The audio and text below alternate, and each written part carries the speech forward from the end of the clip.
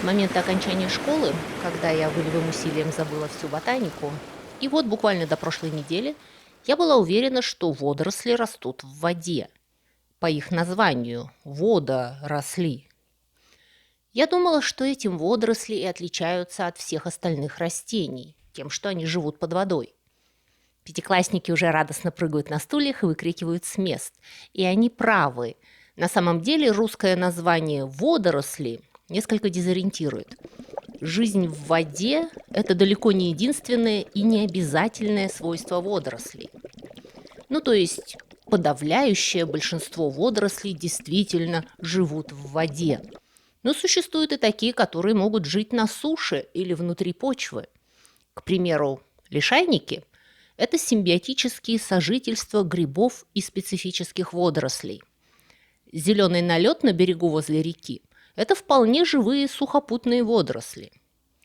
В то же время не все растения, которые живут в воде, являются водорослями.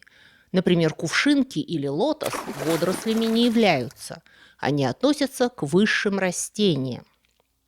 К высшим растениям, помимо нормальных растений, относятся также папоротники и мхи. А водоросли – это, выходит, низшие растения. Низшие в смысле примитивности их устройства. В отличие от высших растений, имеющих разные сложно устроенные органы – листья, корни, цветы, плоды – водоросли не то чтобы совсем не имеют специализированных клеток, выполняющих разные функции, но в целом они устроены гораздо проще, без всех этих выкрутасов с тычинками и пестиками. Да что там говорить, среди водорослей есть вообще одноклеточные организмы. К примеру, популярная в средних школах хламида монада.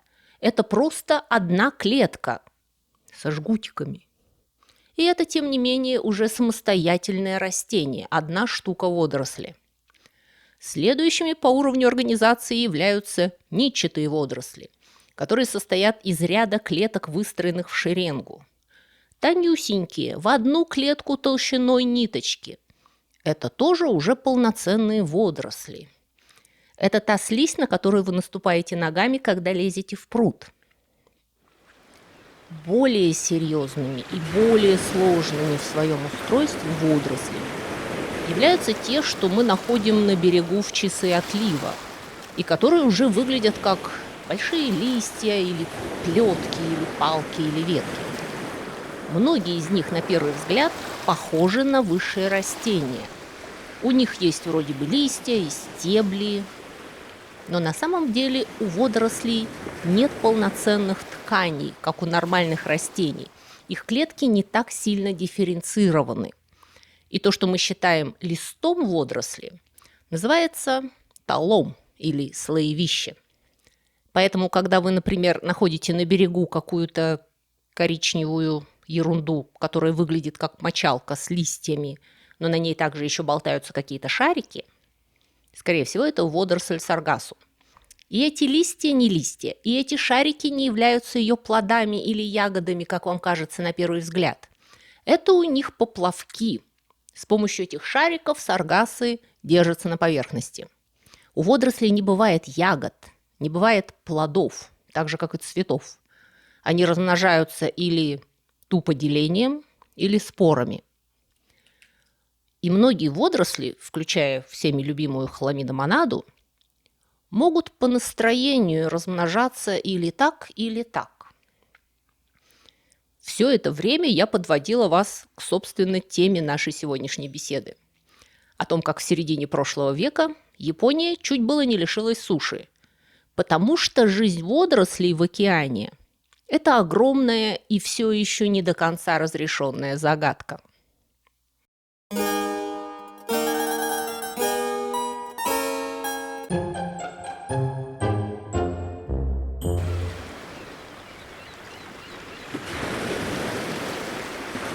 Водоросли подразделяются на большие группы по цвету, потому что их цвет связан с их образом жизни. Зеленые водоросли зеленого цвета содержат в себе много хлорофилла, и они живут на поверхности воды или близко к поверхности, куда поступает много солнечного света. Ряска, к примеру, хорошо знакомый вам вид зеленых водорослей. Если мы будем спускаться глубже под воду, то там начинают жить бурые водоросли. Популярным представителем от бурых водорослей является ламинария, морская капуста, которую вы можете встретить в отлив на берегу океана или в супермаркете в консервах. Если мы продолжим опускаться еще ниже под воду, то там мы начнем встречать красные водоросли. С ними люди сталкиваются гораздо реже, потому что они могут жить уже на 200-метровой глубине. И тем не менее, некоторые красные водоросли хорошо известны людям и долгое время употребляются в пищу. Из них, к примеру, делается агар-агар, растительный заменитель желатина, который добавляют в конфеты, и на котором растят всякую гадость в чашках Петри. А также в некоторые красные водоросли заворачивают суши.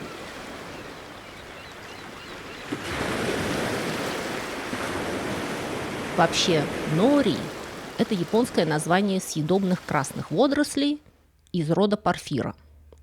В своем свежем, живом виде нори, как правило, темно-красного цвета, но высушенными они становятся и черно-зелеными. Вроде порфира есть много похожих видов, и нори только один из них. И водоросли из рода порфира использовались в пищу не только японцами. Многие береговые народы издревле собирали в отлив на берегу ее красноватые листья. Точнее, как мы теперь знаем, слоевища. И использовали их в пищу.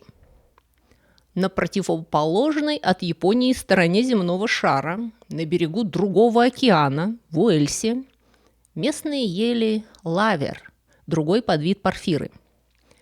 Валлийцы, жители Уэльса, промывали водоросли от песка, томили их часами на огне, а потом растирали, смешивали с овсянкой и поджаривали на сале. Лавер-бред это называлось, завтрак шахтера. Он стал одним из непременных продуктов для рабочих угольных шахт в Уэльсе в XVIII веке. Я дам внизу ссылку на видео, где парень показывает весь процесс приготовления традиционного валлийского завтрака от сбора водорослей до обжарки на сковородке. Если вы хотите попробовать этот деликатес, не мотаясь в Уэльс, просто мелко измельчите листы нори, замочите их, проварите, чтобы они как следует расползлись, и размешайте вилочкой. А потом представьте, что это вам нужно есть на завтрак перед спуском в угольную шахту. Непривычного человека мутит уже от одного вида лавера. Но в Уэльсе он считается деликатесом. И интересно, что в Японии нори первоначально тоже мололи в пасту и так ели. А привычные нам тонкие листы начали изготовлять только в конце эпохи Эдо, то есть в XVIII веке. Фактически листы нори начали делать тем же методом, что и бумагу. Так вот, как валлийцам, так и японцам съедобная порфира была совершенно незаменима. Лавер содержит важные питательные вещества, такие как кальций, железо, магний, марганец и цинк. Большинство видов порфиры также богаты белком. Лавер содержит около 40% белка в пересчете на сухой вес. И грамм на грамм он содержит больше белка, чем говядина или курица. Лавер также хороший источник йода. И одна из причин, по которой лавер был так популярен среди валлийских шахтеров, заключалась в том, что он предотвращал зоб. Кроме того, лавер содержит довольно много витамина В12, который трудно было получать из других источников пищи. А без витамина В12 человек довольно быстро начинает загибаться. То есть водоросли были важной частью диеты. Диеты в смысле структуры питания, а не в смысле «я перестала есть молочку». К сожалению, и нори, и лавер всегда были проблематичными культурами. Потому что порфира растет только в океане. Ее нельзя вырастить у себя в дачном пруду. Надо было как-то поддерживать ее популяцию в дикой природе в доступных местах. Валлийцы просто старались не вырезать весь лавер на каком-то участке, оставляя часть на разведение. Японцы догадались выставлять на мелководье бамбуковые шесты, и нори как бы самосеялись на них. Они также разрастались на брошенных в воде рыбацких сетях, но не каждый год.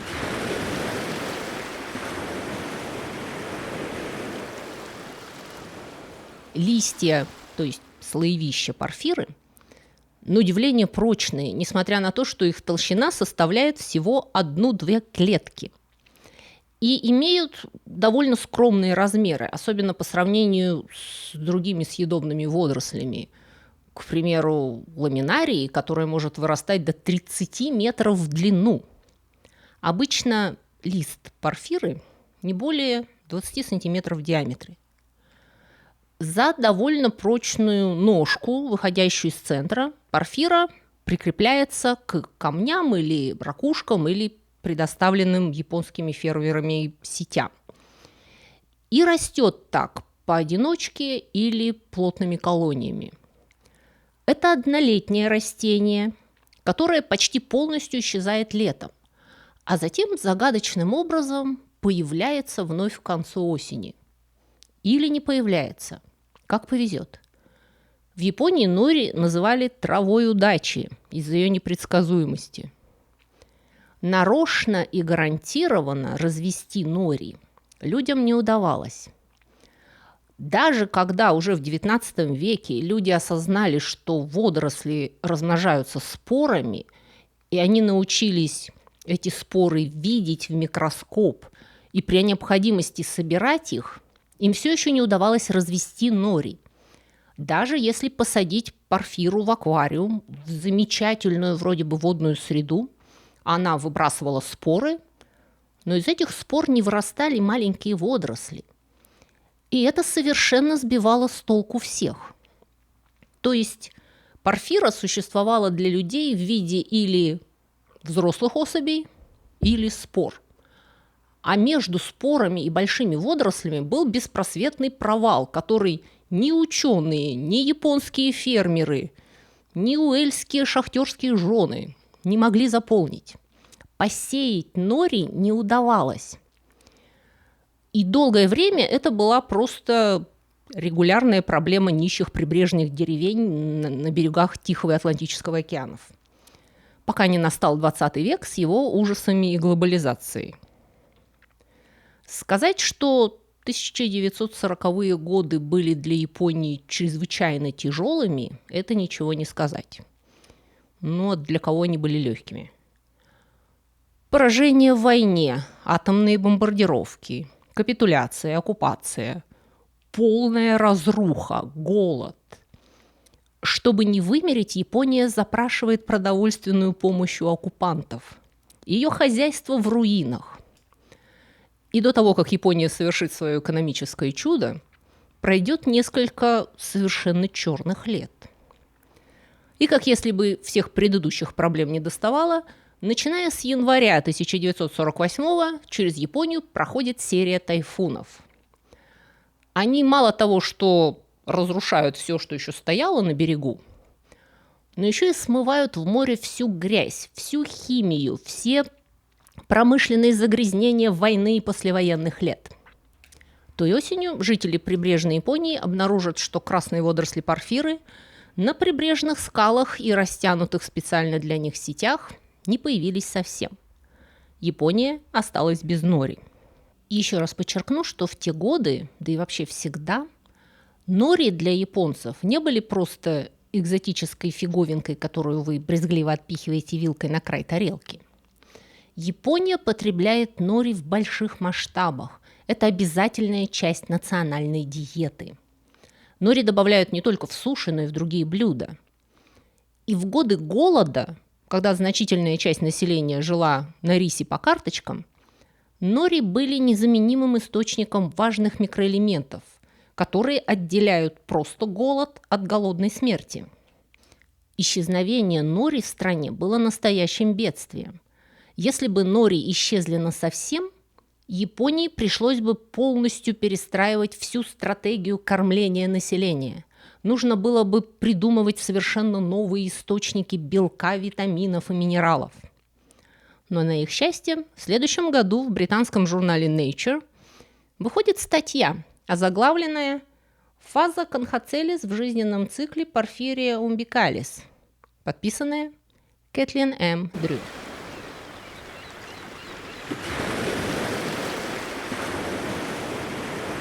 Кэтлин Мэри Дрю родилась 6 ноября 1901 года в городке Ли, недалеко от Манчестера, а сейчас это просто район Манчестера. В школе она была отличницей, и по окончании Кэтлин получила стипендию для изучения ботаники в Манчестерском университете, который тоже окончила с отличием в 1922 году. После чего она начала работать преподавателем на кафедре ботаники и вести научные исследования. И ее работа привела к присуждению ей стипендии Британского сотрудничества в 1925 году, которая включала 2 года работы в Калифорнийском университете в Беркли в США, а также поездки на Гавайи и в другие экзотические места для сбора ботанических образцов. Но свой самый важный вклад в науку Кэтлин сделает на родине, когда она после всех публикаций и наград вдруг окажется на роли неоплачиваемого научного сотрудника без ставки. В 1928 году Кэтлин Дрю вышла замуж за Генри Бейкера и стала Кэтлин Дрю Бейкер. В то время ее университет, как и многие британские организации, не принимал на работу замужних женщин и увольнял выходящих замуж сотрудниц. Это было писаное правило, которое никто не оспаривал. Логика под этим правилом была такая, что, во-первых, замужней женщине зарплата не нужна, потому что у нее есть муж, который ее кормит. Во-вторых, ей некогда заниматься наукой, потому что заботиться о муже и семье – это уже работа на полную ставку. А в-третьих, замужняя дама не должна отбирать зарплату у тех, кто в ней действительно нуждается, у мужчин и незамужних женщин. Эти запреты в Британии спокойненько практиковались вплоть до 1975 года, когда вступил в силу закон о сексуальной дискриминации, в том числе запретивший увольнять женщин после выхода замуж. К счастью, увольнение не означало, что Кэтлин выставили из университета и отобрали ключи. Ей разрешили продолжать пользоваться лабораторией, просто перестали платить зарплату.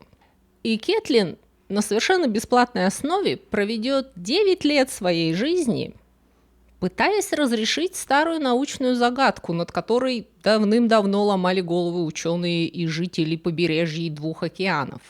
А именно, откуда вообще берется лавер, он же норий, он же порфира. Георгий Иванович, он же Гога, он же Гоша, он же Юрий, он же Гора, он же Жора, здесь проживает. Итак, к 20 веку натуралисты уже знали, что порфира производит споры. Но никому не удавалось вырастить растение из спор, и было неизвестно, как появлялось следующее поколение водорослей. И Кэтлин Дрю Бейкер упорно пытается вырастить порфиру в лаборатории. Она собирала на берегу образцы и рассаживала их по банкам. После чего вместе со всеми изумлялась, почему мы имеем взрослую порфиру, потом споры, а потом бах и ничего. Она пыталась изменять условия, в которых жила ее порфира, подкладывая ей в аквариумы разные вещи из природы. Может быть, что-то изменится, и у нее, наконец, вырастут малютки-водоросли. И как-то раз она положила туда раковины устриц. И на этих раковинах начал появляться розовый налет. Что было немножко странно. То есть сама эта розовая гадость была Кэтлин хорошо знакома. Это была ничатая водоросль, Конхацелис розеа, которую уже прекрасно знали и описали. Странно было, что она делает в ее аквариуме с порфирой, ведь Кэтлин старалась, чтобы ничего лишнего у нее в аквариуме не росло, и все там стерилизовала. В принципе, конечно, всегда возможно случайное заражение. Но Кэтлин была практически уверена, что и в природе Конхоцелис и Порфира вместе не встречаются. Ну, то есть Порфира живет осенью и зимой, а Конхоцелис весной и летом. То есть они никогда не пересекаются во времени, как Кларк Кент и Супермен, или Питер Паркер и Человек-паук. Вы, надеюсь, понимаете, что это мои метафоры, я не знаю, как шла мысль в голове у Кэтлин. Может быть, она могла вспомнить тот рассказ об Эркюле Пуаро «Убийство в Хантерс-Лодж». Я не буду спойлить сюжет, но вы уже поняли. Если два человека почему-то никогда не появляются одновременно в одной комнате, может быть, эти двое на самом деле одно лицо. И это то, что пришло в голову Кэтлин. Что если Порфирия и Конхоцелис – это не два растения, а одно и то же растение в разных этапах своей жизни? И она начинает уже прицельно проверять свою гипотезу. И перед ней открывается совершенно потрясающий цикл жизни Порфиры, один из самых сложных в растительном мире.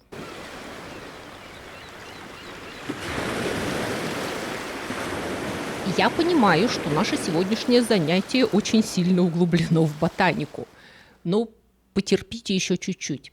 Вообще биология водорослей изумительно сложна. Я постараюсь не вводить лишних слов и объяснять на пальцах. Порфира имеет два цикла размножения, чередующиеся один за другим – половой и неполовой. Сначала в листовищах порфиры возникают гаметы. Это репродуктивные клетки с половинным набором хромосом. Они сливаются попарно и образуют споры с уже полным набором хромосом. После чего эти споры оседают на ракушках и развиваются там в фазу конхоцелис, нитчатых розовых водорослей. Те, в свою очередь, производят и выпускают в воду споры уже не половым путем, просто так. И уже эти споры второго поколения вырастают в листья порфиры, которые люди собирают в пищу. Это называется гетероморфное чередование поколений, при котором каждое последующее поколение принимает совершенно другую физическую форму, чем предыдущее. Как если бы у вашей пары кроликов рождались ежики, которые бы потом почковались, и из почек вырастали кролики. И Кэтлин Дрю Бейкер смогла экспериментально доказать, что оно так и есть, и что розовый налет на ракушках – это не отдельная водоросль, а этап жизни порфиры. А значит, порфиру можно вырастить в искусственной среде. Только сеять нужно конхоцелис розеа – ежиков. Псих. И она публиковалась в 1949 в Nature, когда вся Япония оплакивает потерю суши. Ну а дальше начинается легенда. Ее статья привлекла внимание профессора Сигава Сакики, специалиста по водорослям из Японии. Несмотря на то, что Дрю Бейкер описывала другой атлантический вид порфиры, тот самый завтрак уэльского шахтера, Сакики понял, что ее открытие касается и японского вида нори, и что теперь мы знаем, как нори размножаются. И мы можем начать планомерное их разведение, восстановить популяцию вокруг японских островов и перестать зависеть от прихоти океана. В 1953 году на побережье Японии появилась первая акваферма по выращиванию нори. Сегодня большая часть мировой добычи нори выращивается на фермах. Стоимость их продукции превышает $1 миллиард в год. Суши превратились в международное блюдо, которое готовится повсюду. И повсюду в них используют нори, который вы можете купить почти в каждом большом супермаркете, где бы вы ни жили на земле. Лавербред, кстати, купить гораздо сложнее. Я пыталась найти его в интернете, но даже на Амазоне его нет. А нори, пожалуйста. В одном здешнем ресторане есть огромный ассортимент суши, включающий местные новые варианты, например, ковбойское суши с жареной курицей. Они также заботливо завернуты в листочек нори. Кэтлин Дрю Бейкер умерла в 1957 году, не подозревая, какой огромный вклад внесет ее работа в жизнь Японии и всего мира. Не узнав, что страна восходящего солнца навсегда будет считать себя в долгу перед ней, что японские фермеры нори скинулись и возвели ей памятник в 1963 году над обрывом моря Ариаки на территории храма, посвященного малым богам моря и покровителям рыбаков. Они дали ей почетный титул «Мать моря». И каждый год в Японии, в стране, в которой она никогда не была, 14 апреля проводится фестиваль в ее честь. Почитатели собираются у ее мемориала, украшают ее памятник цветочными гирляндами и произносят слова благодарности англичанке, которая спасла суши. Какие выводы я хотела бы, собственно, сделать из сегодняшнего рассказа? Во-первых, что ученые приносят пользу. Даже если их статьи называются так, что вы совершенно не понимаете, о чем там идет речь. Даже если вы абсолютно не можете понять, какой смысл в том, чтобы таращиться в микроскоп на какие-то крохотулишные водоросли, до которых никому нет никакого дела, вы не знаете, как это отзовется в вашей повседневной жизни. Наука приносит пользу. Если, кстати, у вас есть идеи о других случаях, когда научное открытие спасло людей от голода, напишите, пожалуйста, внизу. Это первое. А во-вторых, я хочу обратить ваше внимание на то, как важно быть восполнимым, давать регулярный урожай, не позволять трудностям стереть вас с лица земли, не сгорать дотла, а возобновляться. Если вы истощены и не в силах больше работать, это не сигнал сдаться. Это сигнал того, что вам нужно научиться отдыхать. Берегите себя. На сегодня у меня все. Не забудьте поставить лайк, если вам понравилось это видео. Напомните алгоритму YouTube, что вам рекомендовать в дальнейшем. Подписывайтесь на мой канал. И если вы хотите узнать о моих других проектах, оставайтесь на рекламу. С остальными прощаюсь. До скорых встреч.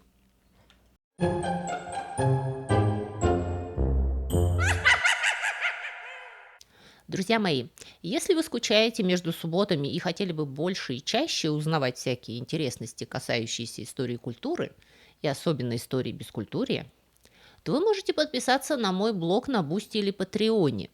Эти два блога абсолютно одинаковые, я там пишу одно и то же. Просто Бусти умеет принимать оплату российскими платежными средствами, а Patreon принимает разные международные кредитные карточки.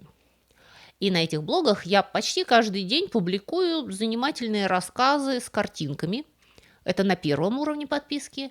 А на втором уровне вы еще получите доступ к дополнительным коротким видео.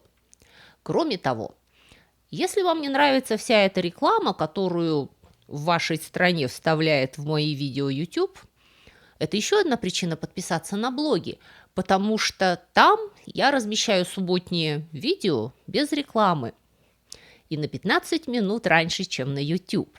Это для тех, кто к субботе конкретно соскучился. Еще один немаловажный ништяк для подписчиков – это возможность бесплатно скачивать мои художественные книги. Ссылку на онлайновый магазин, где вы можете их купить, я, кстати, тоже размещу внизу в описании. И последнее, но не по важности, причина подписаться на мой блог – вы тем самым поддерживаете этот канал и даете мне возможность все мое рабочее время посвящать вам. На сегодня у меня все. Всего вам доброго и до скорых встреч.